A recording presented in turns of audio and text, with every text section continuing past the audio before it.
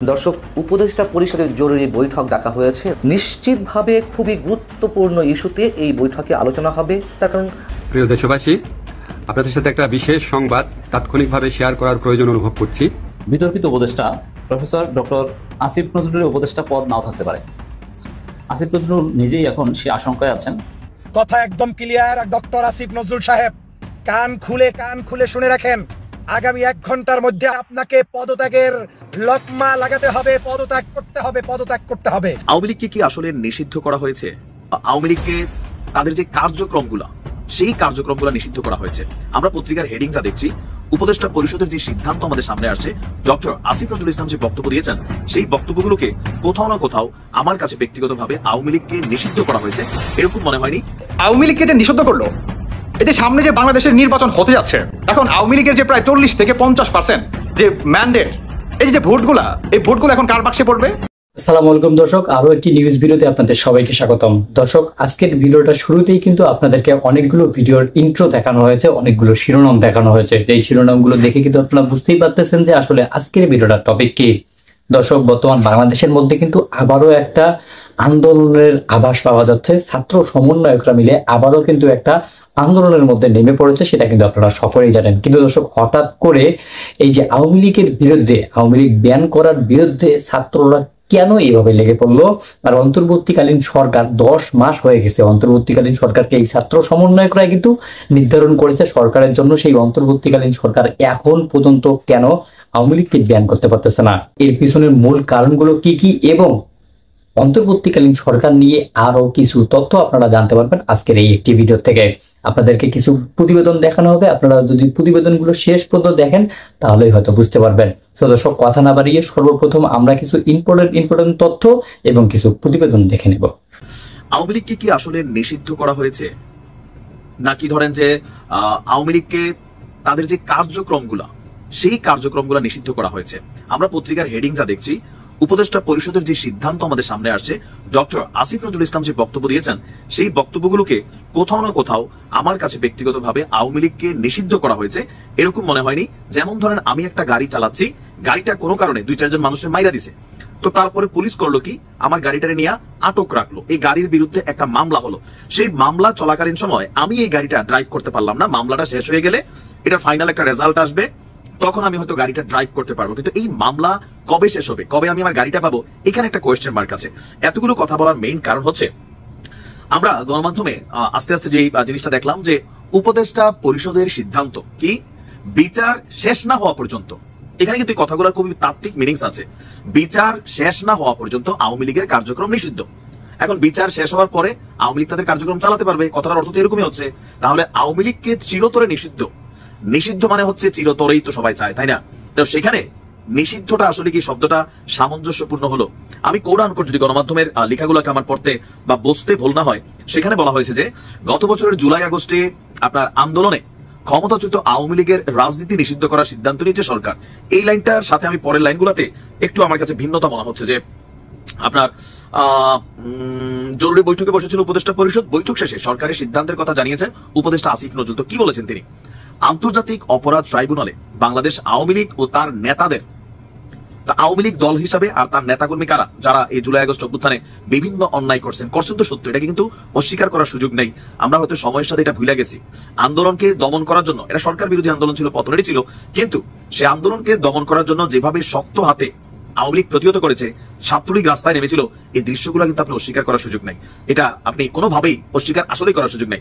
তো যাই হোক, ওই সময় যাদের নির্দেশে, যাদের নেতৃত্বে, যাদের হুকুমে এই অপরাধগুলো ঘটেছে, আহত হয়েছে, নিহত হয়েছে, তাদের বিচার কার্য সম্পন্ন না হওয়া পর্যন্ত দেশের নিরাপত্তা ও সার্বভৌমত্ব রক্ষা, জুলাই আন্দোলনের নেতাকর্মীদের নিরাপত্তা এবং আন্তর্জাতিক অপরাধ ট্রাইব্যুনালের বাদী ও সাক্ষীদের সুরক্ষার জন্য সন্ত্রাস বিরোধী আইনের অধীনে সাইবার স্পেস সহ আওয়ামী লীগের যাবতীয় কার্যক্রম নিষিদ্ধ করার সিদ্ধান্ত গ্রহণ করা হয়েছে। এ বিষয়ে প্রয়োজনীয় পরিপত্র পরবর্তী কর্মদিবসে জারি করা হবে। এমনকি উপদেষ্টা পরিষদের এক বিশেষ সভা অনুষ্ঠিত হয়েছে, আর এখানে আরো কিছু বিষয় আমরা ছিল।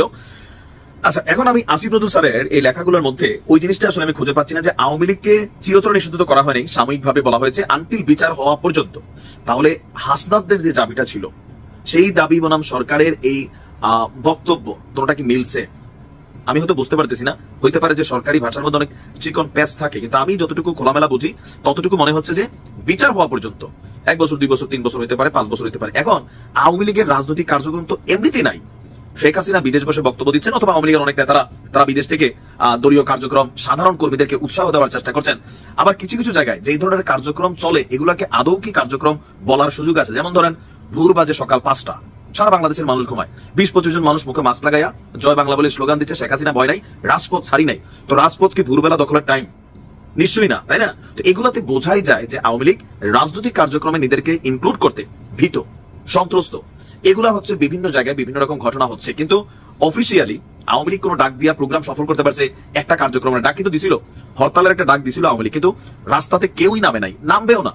এমনিতেই আগামী 5-7 বছর, আমি অ্যাডভান্স লিখিত বলে দিতে পারি, 5-7 বছর আওয়ামী লীগ রাজপথে নাইমা রাজনীতি করতে পারবে না। কেন? আওয়ামী লীগ যখন ক্ষমতায় ছিল তখন বিএনপিকে যেমন কোণঠাসা করে ফেলছিল, 70%, 30% আপনার তারা কার্যক্রম করার সুযোগ পেয়েছে, বিশ্বকে দেখাইতেছে দেশে গণতন্ত্র আছে। আর জামাতে 100% তাই না? এটা তো বাস্তব যে দুইজন দাঁড়িয়েওয়ালা টুপিওয়ালা লোক দেখলে জামাত বলে চালান দেওয়া হয়েছে। এখন যেমন ছাত্রলীগ আওয়ামী লীগ যুবলীগ বইলা ঠাস করে চালান দেওয়া হচ্ছে, গণদোলাই দেওয়া হচ্ছে, এই সিচুয়েশনটা কিন্তু ছিল। আমরাই তো নিউজগুলো করছি, তাই না? নিউজগুলোর কারণে অনেক ঝামেলা হয়ে পড়ছি, বাট এগুলা হয়েছে।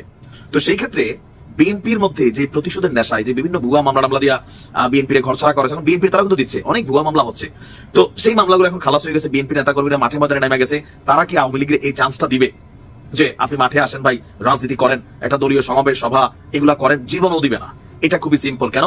প্রতিশোধের বিপরীতে প্রতিশোধী কাজ করে বাংলাদেশে। এখানে ভালো কিছু আমরা কখনো আশা করার সুযোগ নেই, আবার ভালো করতে গেলে মাঝে মাঝে বিপদেও পড়তে হয়।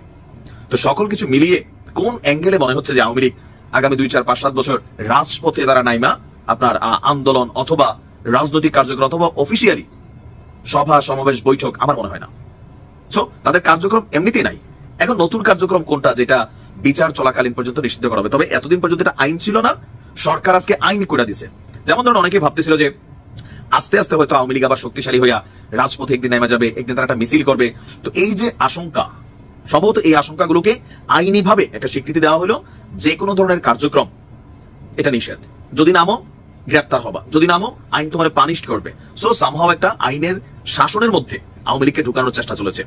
এছাড়া এখানে যারা বাদী বিবাদী আছে বা বিভিন্ন জায়গায় এনসিপি বলেন, বৈষম্য বিরোধী বলেন, নিজেরাও যেমন মারামারি করছে, আবার বিভিন্ন জায়গায় যুবলীগ আওয়ামী লীগ ছাত্রলীগ কর্তৃক তারা আক্রমণের শিকার হচ্ছে। এখন ফাইনালি দেখা যাক যে এখানে সরকার আরো কি কি সিদ্ধান্ত নেয়, বিচারিক প্রক্রিয়াতে কি সিদ্ধান্ত আসে। এমন হতে পারে যে প্রাথমিকভাবে এই সিদ্ধান্ত আসছে, তারপর আন্তর্জাতিক অপরাধ ট্রাইব্যুনালে বিচার হবে, দলটির বিচার হতে পারে। তো সকল কিছু মিলে একবারে যে আশা শেষ হয়ে গেছে তাও না, ফাইনালি এরকম ঘটতেও পারে। আর এই জিনিসটা ডিপেন্ড করবে আরেকটা জিনিসের উপর। ধরেন এই সময়কালের মধ্যে আওয়ামী লীগ কর্তৃক যদি কোনো ধরনের কোনো অপকর্ম করার চেষ্টা করা হয় তাহলে কিন্তু এগুলো ইস্যু হয়ে দাঁড়াবে। বাট গতকালকের সিদ্ধান্তে আওয়ামী লীগ শতভাগ নিষিদ্ধ হয়, তাদের কার্যক্রম একটা নির্দিষ্ট সময় পর্যন্ত স্থগিত করা হয়েছে। আমি এতটুকু বুঝছি, বাকিটা হয়তো যারা বিশেষজ্ঞ আছেন বিশ্লেষক আছেন ভালো বুঝবেন। ভালো থাকুন, আসসালামু আলাইকুম। মাত্র যে আওয়ামী লীগকে নিষিদ্ধ করলো ডক্টর ইউনূস, আপনার উপদেষ্টা মাহফুজ আলম তিনিও তার ফেসবুকে একটা পোস্ট দিয়ে বলছে যে ডান, আমাদের আশা আকাঙ্ক্ষা যা ছিল অন্তর্বর্তীকালে সরকার কিংবা উপদেষ্টা সবাই মিলে আমরা একত্র হয়ে আওয়ামী লীগকে আজকের পর থেকে বাংলার মাটি থেকে নিষিদ্ধ ঘোষণা করা হলো। এখন কথা হচ্ছে আওয়ামী লীগকে যে নিষিদ্ধ করলো, এই যে সামনে যে বাংলাদেশের নির্বাচন হতে যাচ্ছে, এখন আওয়ামী লীগের যে প্রায় 40 থেকে 50% যে ম্যান্ডেট, এই যে ভোটগুলা, এই ভোটগুলো এখন কার বাক্সে পড়বে? বিএনপির বাক্সে পড়বে, জামায়াতের বাক্সে পড়বে, এনসিপির এই মানে কি বলে এই টুকাইদের বাক্সে পড়বে, কাদের বাক্সে পড়বে? এটি হচ্ছে এখন দেখার বিষয়। শুধু এটাই না, আপনার আমেরিকা ইউরোপের বড় বড় কাউন্সিলরগুলা তারাও কিন্তু বলছে বা ডক্টর ইউনূসকে আহ্বান জানাইছে যে বাংলাদেশে আগামী গণতন্ত্র বা গণতান্ত্রিক প্রক্রিয়ায় যে নির্বাচনকে কেন্দ্র করে যে হতে যাচ্ছে, এতে আওয়ামী লীগকে ফেরাতে হবে, আওয়ামী লীগকে নির্বাচনে অংশগ্রহণ করাতে হবে, কোনোভাবেই আওয়ামী লীগকে আন্ডারগ্রাউন্ডে পাঠানো যাবে না। কিন্তু অন্তর্বর্তীকালে সরকার এই আন্দোলনকারীদের কথা শুনে কিংবা এই সমন্বয়কদের বা এনসিপির কথা শুনে বর্তমান যে আওয়ামী লীগকে নিষিদ্ধ ঘোষণা করলো, এখন বাংলাদেশে কতটা আপনার স্থিতিশীল থাকে এটা হচ্ছে দেখার বিষয়। অন্যদিকে আপনার এই যে সামনে যে বাংলাদেশের নির্বাচনকে কেন্দ্র করে এই নির্বাচনটাও আপনার বহির্বিশ্বে গ্রহণযোগ্য হয় কিনা এটাও কিন্তু অনেক বড় বিষয়। কারণ ভাই আপনি সাধারণ একটা জ্ঞানে দেখেন, যেখানে আওয়ামী লীগের প্রায় 40% ধরেন আপনার 2 কোটি মানুষ, 2 কোটি মানুষের ভিতরে এখন যদি মনে করেন প্রায় আপনার 80 লাখ মানুষ বা ধরেন 70 লাখ মানুষ ভোট দিলই না, মানে ভোট কেন্দ্রে গেলই না, তাহলে এই ভোটটা কি আপনার গ্রহণযোগ্য হবে বলেন? এই প্রশ্নটা আমি আপনাদের উপর রাখলাম। অন্যদিকে আপনার এই সমন্বয়ক সার্জিস হাসনাত এরা বর্তমান উল্লাসে ঢাকা শহরে কিংবা শাহবাগে তারা মেতে উঠছে যেখানে আওয়ামী লীগকে যে তারা নিষিদ্ধ করবে, এই যে আন্দোলন গত 2 দিন ধরে, আজকে তারা এটার পূর্ণতা পেল। এখন এই পূর্ণতাটা তারা কতদিন ধরে রাখতে পারে, এটি হচ্ছে দেখার বিষয়। উল্টো দিকে আমি আওয়ামী লীগ কর্মী যারা নাকি আছেন কিংবা যারা নাকি সাধারণ জনগণ আছেন, তাদের উদ্দেশ্যে আমার একটা বক্তব্য। বাংলাদেশের স্বাধীনতাকে আপনার যারা নাকি বা যেই দলের হাত ধরে আমাদের এই বাঙালিত্ব আমরা অর্জন লাভ করি বা স্বীকৃতি পাই, আজকে এই দলটাকেই নিষিদ্ধ করছে। তারপর হচ্ছে বিএনপিকে নিয়ে কয়দিন পরে দেখবেন যে বিএনপিকেও তারা নিষিদ্ধ করবে। এই শাহবাগী আন্দোলনে কিন্তু বিএনপি ছিল না, ছিল কারা? জামাত শিবির, হিজবুত তাহরির, তারপর হচ্ছে এনসিপির, আর হচ্ছে এই বিপি নূর মানে ওরফে বিকাশ নূরের পার্টি, মানে এরা ছিল। তার মানে বুঝতে পারতেছেন যে এরা কত বড় আমাদের বাংলাদেশের দুশ্মন। এটা হচ্ছে শুধু বাংলাদেশের দুশ্মন না, এরা চায় যে কিভাবে বাংলাদেশটাকে পুনরায় পাকিস্তান করাতে পারবে বা পাকিস্তান করতে চায়। তাদের বর্তমান মূল উদ্দেশ্য হচ্ছে এটা। তারা তো আওয়ামী লীগকে ধরেন আজকের পর থেকে নিষিদ্ধ হয়ে গেল। এখন দেখার বিষয় হচ্ছে বিএনপি কবে নিষিদ্ধ হবে। অতি শীঘ্রই দেখবেন যে বিএনপিকেও তারা নিষিদ্ধ করে দিবে। কারণ এই যে আপনার নির্বাচনকে কেন্দ্র করে সামনে যে আপনার বিএনপি যে মনে করেন একটা কর্মসূচির ঘোষণা তারা দিয়ে রাখছে, যে সামনে যদি বা তারা যে টাইমলাইনটা বেঁধে দিছে, এই সময়ের ভিতর যদি নির্বাচন না দেয় তাহলে তারা রাস্তাঘাটে নামবে।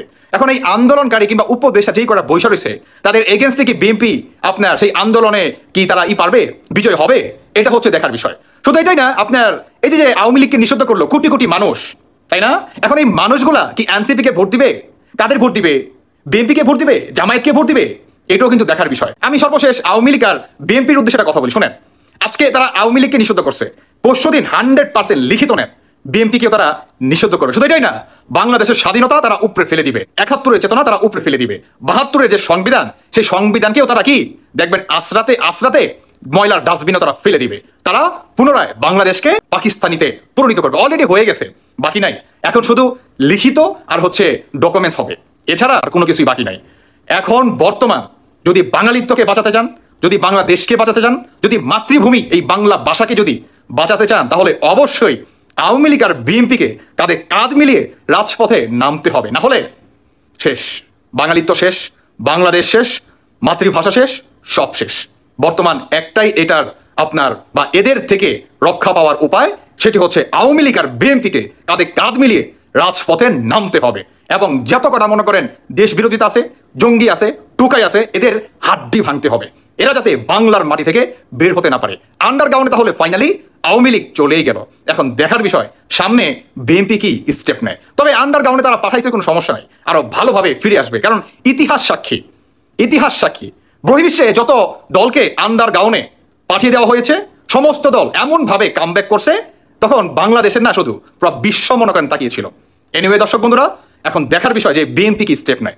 বাকিটা আপনাদের ব্যক্তিগত মতামত অবশ্যই জানিয়ে যাবেন। ধন্যবাদ সবাইকে। আল্লাহ হাফেজ, আসসালামু আলাইকুম। বিতর্কিত উপদেষ্টা প্রফেসর ডক্টর আসিফ নজরুলের উপদেষ্টা পদ নাও থাকতে পারে। আসিফ নজরুল নিজেই এখন সে আশঙ্কায় আছেন, তিনি প্রচন্ড ভয় পেয়েছেন। এজন্য তিনি ভয়ের মধ্যে থেকে একটা বলতে যেয়ে আর একটা বলে ফেলেন, এবং এর মধ্য দিয়ে তার গোমর ফাঁস হয়ে যায়, তার যে সেলফ কন্ট্রাডিকশন, তার যে দ্বিমুখী আচরণের ফাঁস হয়ে যায়। মানে এই কঠিন পরিস্থিতিতে দেশে যখন সরকারের বিরুদ্ধেই সরকারের নিয়োগকর্তারা আন্দোলন করছে, বিপ্লবীরা যখন মাঠে নেমেছে, শাহবাগ অবরোধ করেছে, এই সময়ে আসিফ নজরুল চরম বিব্রত বোধ করছেন এবং একটা কঠিন পরিস্থিতি আছেন। অ্যাট দি সেম টাইম এই ভরাটের মোমেন্টকে কাজে লাগিয়ে আসিফ নজরুলের যারা প্রচন্ড বিরোধী, দেশপ্রেমের অংশ হিসেবেই যারা বিরোধিতা করছেন, সাংবাদিক ইলিয়াস কিংবা at least to some extent Pinaki Bhattacharya, তারাও আসিফ নজরুলের পদটা খেয়ে দেওয়ার জন্য, বিশেষ করে ইলিয়াস, উঠে করে লেগে আছে। এবং ছাত্র জনতার যে অবস্থান শাহবাগে, এর আগে যমুনার সামনে, সেখান থেকেও আসিফ নজরুলকেই দায়ী করা হয়েছে, আসিফ নজরুলের উপরেই আক্রমণ বা তার তিনি লক্ষ্যবস্তু। এই জায়গাটা বিবেচনা করলে আমার মোটামুটি স্পষ্ট যে আসিফ নজরুল তার পদ নিয়ে ঝুঁকিতে আছেন। শুধু এটা না, আসিফ নজরুল যে নিয়োগ বাণিজ্য করেছেন, বিতর্কিত নিয়োগগুলো দিয়েছেন, তিনি এমন ভাবনেন যে ধোয়া তুলসী পাতা, অথচ বিভিন্ন জায়গায় তিনি নিয়োগে হস্তক্ষেপ করেছেন, এটা অনেকটা স্বীকার করেছেন। যেমন শিল্পকলা একাডেমির মহাপরিচালক নিয়োগ দিয়েছিল কে? দ্যাট ওয়াজ ওপেন, যে আসিফ নজরুল একজন মুজিববাদী, একজন শেখ মুজিব প্রেমী শিল্পকলা একাডেমির মহাপরিচালক হয়েছিল বিকজ অফ আসিফ নজরুল। তো দর্শক, আমরা তো সহজে এটাই বুঝি জামাত ইসলামের নিবন্ধন মামলা এবং এটি মাজহারুল ইসলামের মুক্তি নিয়ে যে নাটক চলছে, এটা তো আর অন্য কোনো মন্ত্রণালয়ের অধীনে না, আইন মন্ত্রণালয়ের অধীনে। আসিফ নজরুল একটা ফেসবুক পোস্ট, এই পোস্ট থেকে বিশ্লেষণ করে আমি দেখাবো তিনি কতটা ভয় আছেন, কতটা চিন্তায় আছেন। আমার বিরুদ্ধে কিছু মানুষের জঘন্য মিথ্যাচার ও আক্রমণাত্মক বক্তব্য সামাজিক যোগাযোগ মাধ্যমে প্রচার করছে। আমি আপনাদের সুস্পষ্টভাবে জানাতে চাই, মানে এই যে আমার বিরুদ্ধে মিথ্যাচার আক্রমণাত্মক বক্তব্য প্রচার করছে, মানে এইগুলো থেকে ভয় পেয়েছেন যে এইগুলোই মনে হয় আমার চাকরি শেষ হয়ে যেতে পারে। নইলে একজন উপদেষ্টা মন্ত্রী তার বিরুদ্ধে কে কি বললো ওটা নিয়ে কখনো এভাবে ফেসবুকে তাকে লিখতে হয় না। কিন্তু এমন গোষ্ঠী বা এমন ব্যক্তি তার বিরুদ্ধে লিখছে যে যারা আসিফ নজরুলকে জয়বাংলা করে দিতে পারে। এই কারণে এখন তিনি স্পষ্ট বলছেন যে, মানে কথা লেখার ধরন দেখলেই বোঝা যায় তিনি কতটা ভয় আছে, মানসিকভাবে অস্থিরতার মধ্যে আছেন। জঘন্য মিথ্যাচার আক্রমণাত্মক বক্তব্য সামাজিক যোগাযোগ মাধ্যমে প্রচার করছে। আমি আপনাদের সুস্পষ্টভাবে জানাতে চাই, খুনের মামলা আসামি সাবেক রাষ্ট্রপতি আব্দুল হামিদের বিদেশ গমনে বাধা দেওয়ার দায়িত্ব পুলিশ ও গোয়েন্দা এজেন্সিগুলোর, কোনোভাবেই আমার আইন মন্ত্রণালয়ের এখতিয়ারভুক্ত বিষয় নয়। আচ্ছা, আইন মন্ত্রণালয়ের এখতিয়ারের বাইরে তিনি মনে কোনো কাজ করেন না, তাহলে শিল্পকলা একাডেমি নিয়োগ, বাসসের এমডি নিয়োগ, অমুক নিয়োগ, তমুক নিয়োগ, সব জায়গায় তিনি হস্তক্ষেপ করেন। আসিফ নজরুল নিজ মন্ত্রণালয়ের বাইরেও বিভিন্ন জায়গায় হস্তক্ষেপ করেন, এটা আমরা জানি, ভিতর থেকে দায়িত্ব নিয়ে বলছি। তো এগুলো ধরা পড়ছে, এগুলো ধরা পড়ার কারণে আসিফ নজরুল স্টেটমেন্ট টিকবে না। এরপরে বাংলাদেশ একদম সিঙ্গাপুর আর নরওয়ে হয়ে গিয়েছে। বাংলাদেশ হচ্ছে নরওয়ে, ফিনল্যান্ড, যে আইনের কোনো ব্যত্যয় হয় না, আমেরিকাও না, নরওয়ে, ফিনল্যান্ড নাকি আইসল্যান্ড, বাংলাদেশ, যে সব ঠিকঠাকভাবে চলে, যার ডিপার্টমেন্টের কাজ সে কাজ করে। আইন অনুযায়ী দায়িত্ব পুলিশ এবং এসবি বা এইসব গোয়েন্দা সংস্থাগুলোর, শুধু তারাই দায়ী, আর কেউ দায়ী না। এত সোজা বাংলাদেশ। বাংলাদেশ চলে এক দুই ব্যক্তির কথায়। যেমন বিএনপি ক্ষমতায় থাকতে দেশ চালিয়েছে তারেক রহমান আর খালেদা জিয়া। তারেক রহমান কিছুই ছিলেন না, কিন্তু তার কথাই অলিনব। তারেক রহমান কিছু বললে 2001 থেকে 2006 কোনো মন্ত্রীর কোনো কিছু সাহস ছিল না। খালেদা জিয়া যেটা বলতেন ওটাই আইন, এটার উপর কিছু বলতে পারতেন, এবং এটা ফ্লোর ক্রসিং বা আর্টিকেল 70 মাধ্যমে এগুলো বাধ্য করছে। হাসিনার আমলে হাসিনা। দর্শক, আপনাদেরকে যে সমস্ত প্রতিবেদন দেখানো হলো এবং বর্তমান বাংলাদেশের যে পরিস্থিতি, শাহবাগে যে পরিস্থিতি, এই পরিস্থিতিগুলো দেখে আপনাদের কি মনে হচ্ছে? আসলে অন্তর্বর্তীকালীন সরকার কি বাংলাদেশের যে আওয়ামী লীগ আছে, এই আওয়ামী লীগকে ব্যান করতে পারবে, নাকি আগামী যে নির্বাচনটা দেওয়া হবে বা আগামী যে নির্বাচনটা বাংলাদেশে হতে যাচ্ছে, সেই নির্বাচনটার মধ্যে আওয়ামী লীগ আবারও অংশগ্রহণ করবে? হ্যাঁ দর্শক, এই বিষয়গুলো নিয়ে আপনাদের কি মনে হচ্ছে? অবশ্যই কিন্তু আপনাদের নিজস্ব একটি মতামত করবেন।